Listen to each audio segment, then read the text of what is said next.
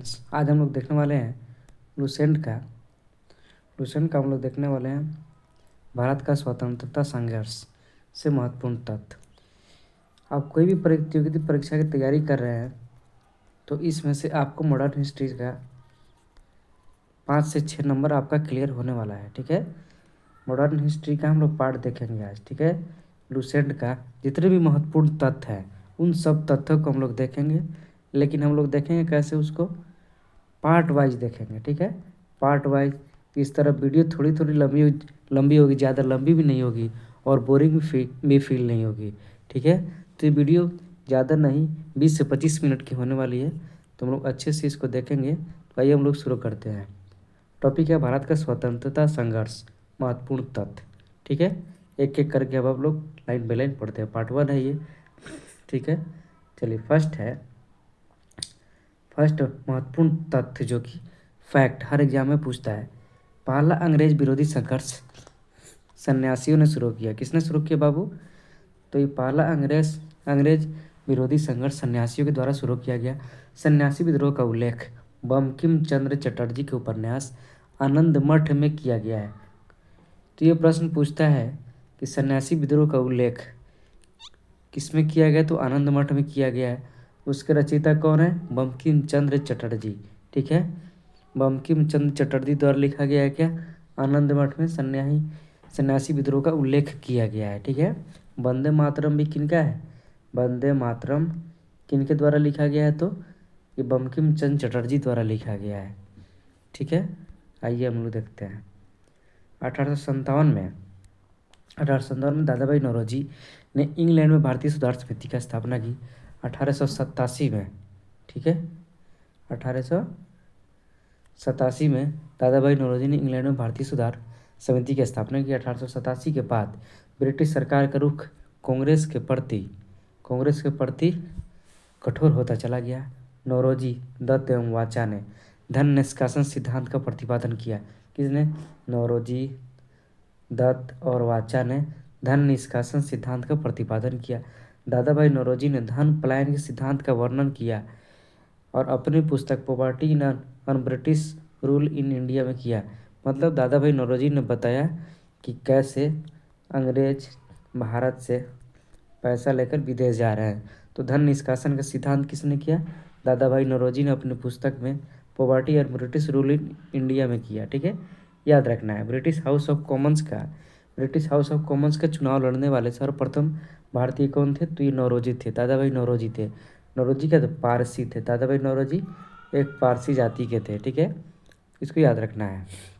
इन्होंने liberal party के उम्मीदवार के रूप में फिन्सबरी से 1892 में चुनाव जीता।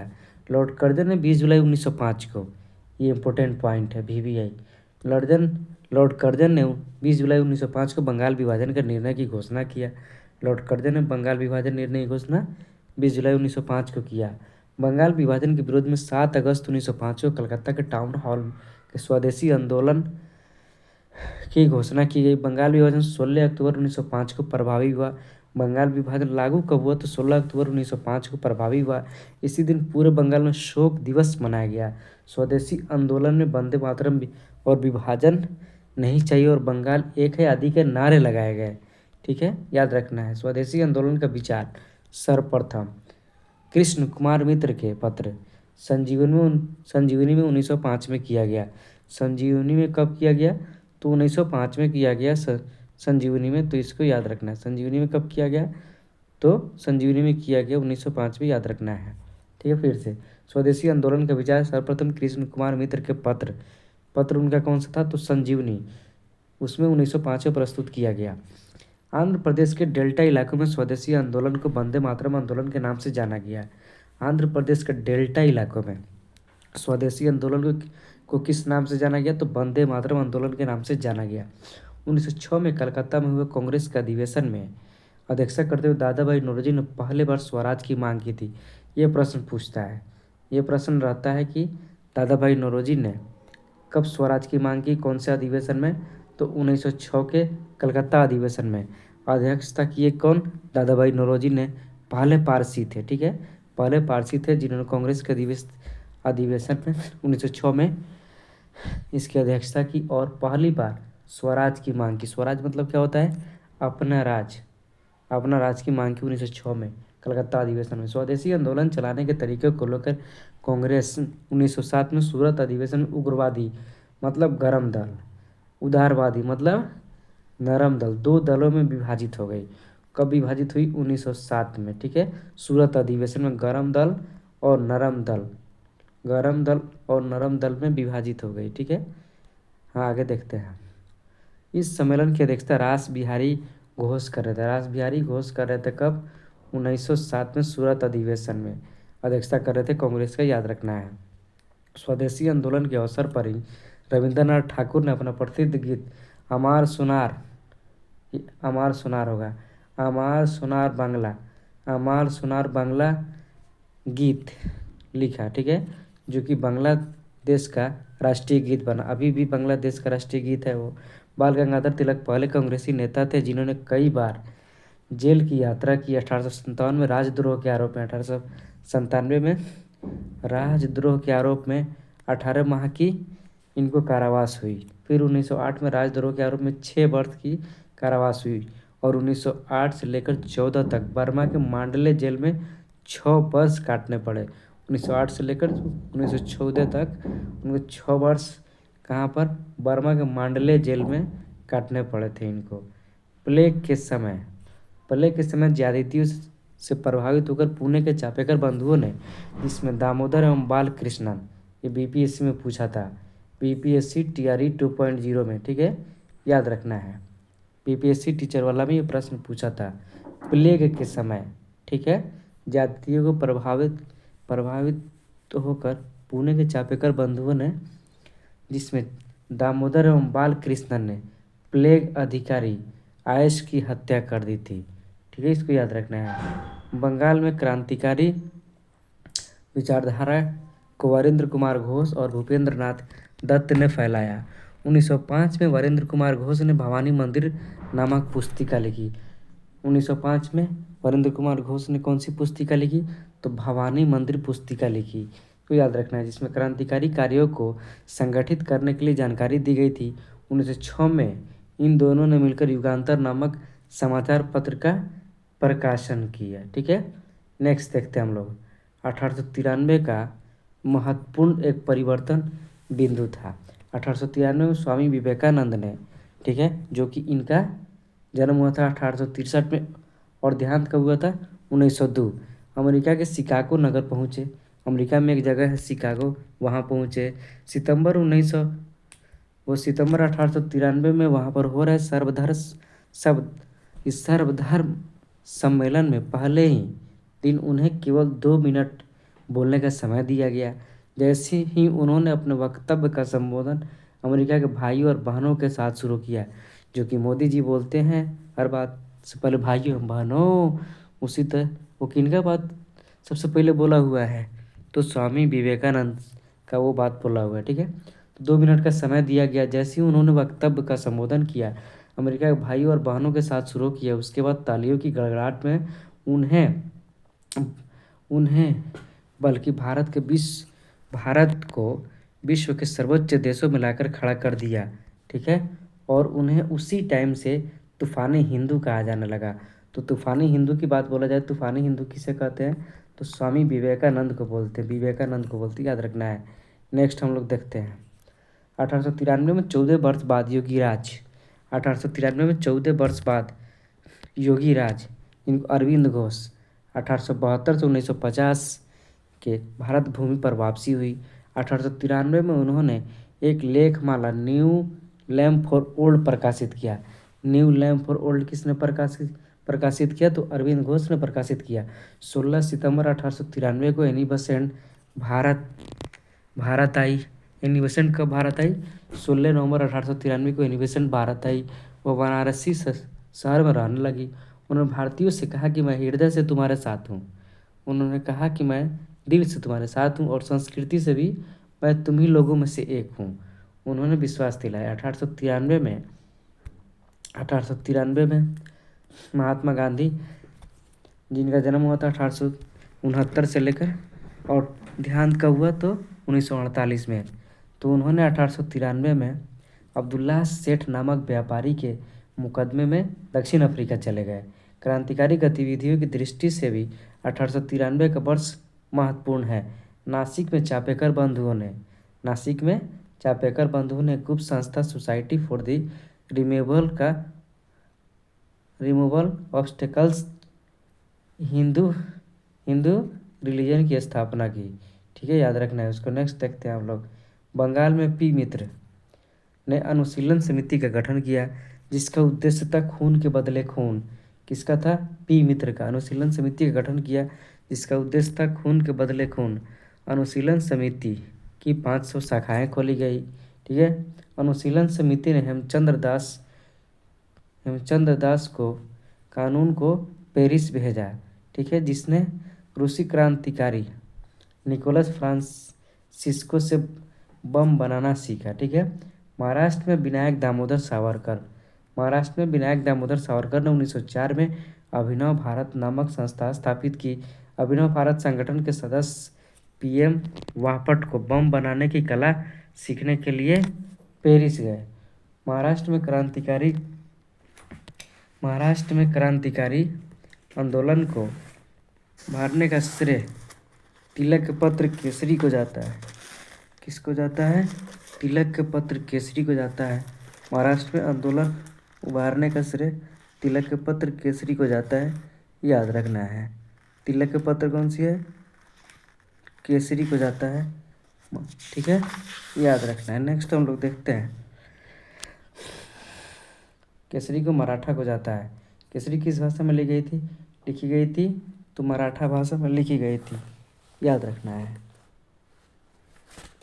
ठीक है। महाराष्ट्र के महत्वपूर्ण क्रांतिकारी तिलक ने 1893 में गणपति और 1895 में शिवाजी उत्सव पर मनाना प्रारंभ किया। वैलेंटाइन सिरोल ने बाल गंगाधर तिलक को भारतीय असंतोष का जनक कहा था। महाराष्ट्र में महत्वपूर्ण क्रांतिकारी पत्र काल के पत्र प्रांजपे को जाता है। प्रफुल्ल चाकी और खुदीराम बोस ने 30 अप्रैल 1908 को मुजफ्फरपुर के जज किंग्सफोर्ड की हत्या का प्रयास किया। गलती से बम कैनेडी की गाड़ी पर गिर गई, जिससे उसकी पत्नी और उसकी बेटी की मृत्यु हो गई। 2 महिलाओं की मृत्यु हो गई। चाकी ने आत्महत्या कर ली। खुदीराम बोस ने लगभग 18 वर्ष की अवस्था में 11 अगस्त 1908 को फांसी दे दी गई। खुदीराम बोस को 11 अगस्त 1908 को फांसी दे दी गई। खुदीराम बोस बंगाल के क्रांतिकारियों के युगांतर दल के सक्रिय सदस्य थे। युगांतर दल के नेता वीरेंद्र कुमार घोष थे। युगांतर दल के नेता कौन थे? तो ये वीरेंद्र कुमार घोष थे। 1905 में लंदन में श्यामजी कृष्ण वर्मा ने इंडियन होम रूल सोसाइटी की स्थापना कब की? 1905 में लंदन में श्यामजी कृष्ण बर्मन ने किया था, याद रखना है पॉइंट को। 30 दिसंबर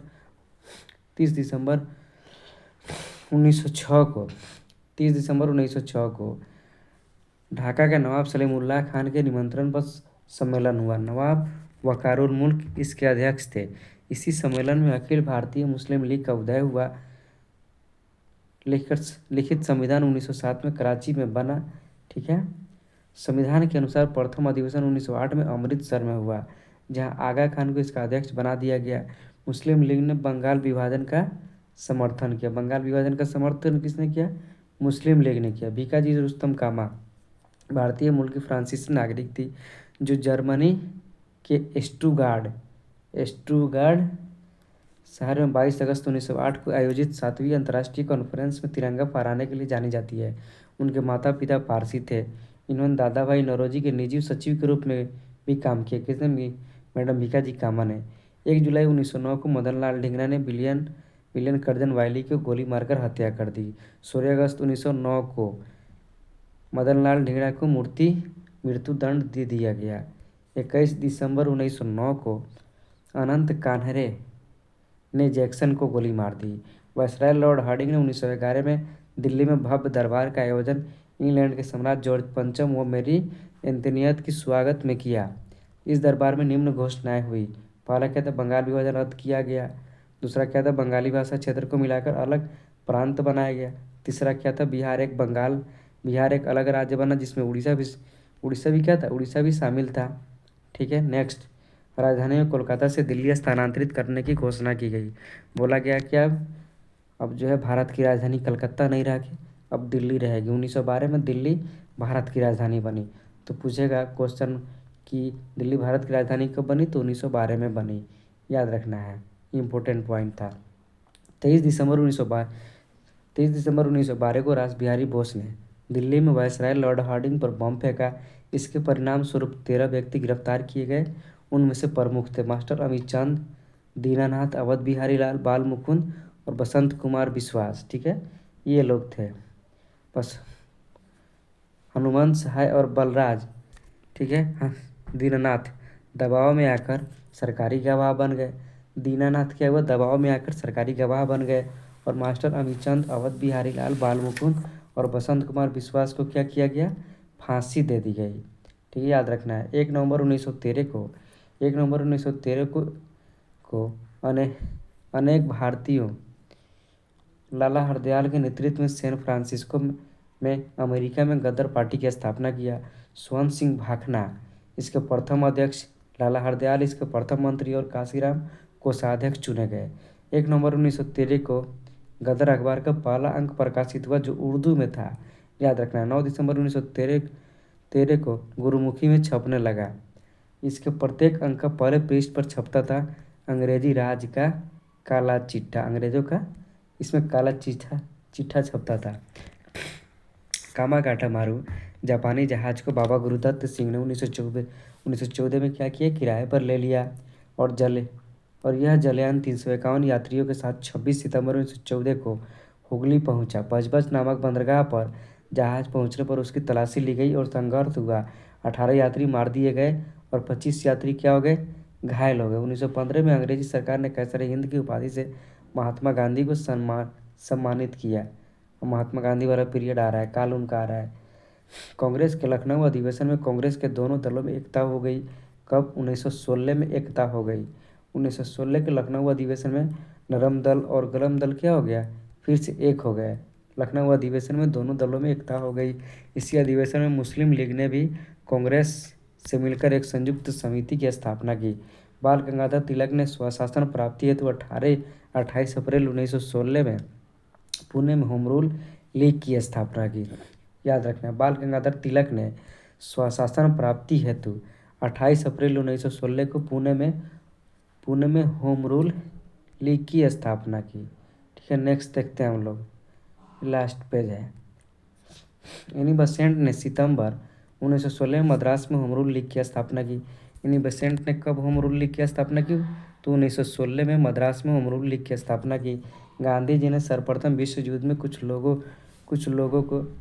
में लोगों को सेना में भर्ती होने के लिए प्रेरित किया, इसलिए लोग उन्हें भर्ती करने वाला सर्जेंट कहने लगे। किनको, महात्मा गांधी जी को भर्ती करने वाला सर्जेंट कहने लगे। 1916 में गांधी जी ने अहमदाबाद के करीब साबरमती आश्रम की स्थापना की। साबरमती आश्रम की स्थापना कब की महात्मा गांधी ने, तो 1916 में। ठीक है, 1916 में अहमदाबाद के करीब साबरमती की स्थापना की। बिहार के एक किसान नेता राजकुमार शुक्ला ने गांधी जी को चंपारण आने के लिए प्रेरित किया। उन्होंने बताया कि चंपारण में तिनकठिया व्यवस्था है। आंदोलन के इस सूत्रधार को, मतलब इनके बारे में बात हो रही है, राजकुमार शुक्ला के बारे में। इनकी 20 मई 1929 को 54 वर्ष की आयु मृत्यु हो गई। अंग्रेज अधिकारी एमन था उस टाइम। अंग्रेज अधिकारी कौन था, एमन था, जिसे शुक्ला जी 25 वर्षों तक लड़ते रहे। एमन से क्या हुआ, कि राजकुमार शुक्ला जी 25 वर्षों तक लड़ते रहे। उनके श्राद्ध कर्म के लिए, मतलब मर जाने के बाद, हिंदुओं में होता है ना श्राद्ध कर्म, हिंदू लोगों में होता है, श्राद्ध कर्म के लिए 300 रुपये भेजा और कहा कि वह चंपारण का क्या था, एक अकेला मर्द था। राजकुमार शुक्ला के बारे में बात हो रही है। ठीक है, बेस्ट ऑफ लक। ये था हम लोगों का पार्ट 1 जो कि कंप्लीट हो गया। फिर हम लोग मिलेंगे पार्ट 2 लेकर। ठीक है, थोड़ा थोड़ा पार्ट करके 2-3 पार्ट में ख़त्म कर देंगे। यह हर प्रतियोगिता परीक्षाओं के लिए बहुत ही लाभदायक साबित होने वाला है, जो कि लुसेंट से लिया गया है। लुसेंट का जो समरी है ना हिस्ट्री का, लास्ट में मॉडर्न हिस्ट्री का, वहीं लिया गया है, ठीक है। तो आप लोग वीडियो अगर अच्छा लगा है, ठीक है, तो आप लोग लाइक और सब्सक्राइब कर दीजिएगा और कमेंट करके बताइएगा। कमेंट कमेंट करके ज़रूर बताइएगा वीडियो कैसा लगा, ठीक है। फिर हम लोग मिलेंगे नेक्स्ट वीडियो में नेक्स्ट डे, तब तक के लिए इतना ही। शुभ प्रभात।